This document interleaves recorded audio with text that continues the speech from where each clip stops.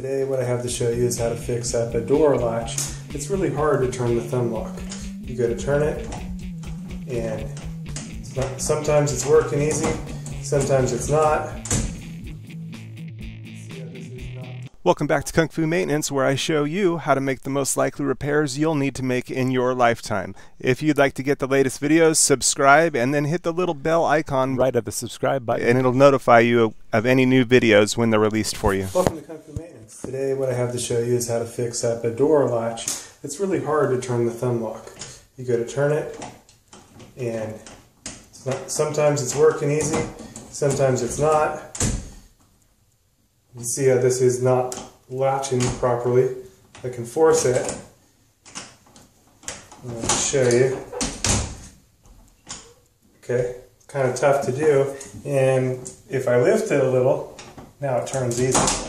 So what happened? Well, what happened is the screws have kind of come out of alignment here. So all we got to do is loosen these a little bit. And then rotate the whole door where it's nice and level. And then tighten it up. Tighten up both screws. And we don't want to over tighten them. One of the main causes of lock problems is over tightening. And now we can try our latch, our thumb lock. And it locks nice and easy every time.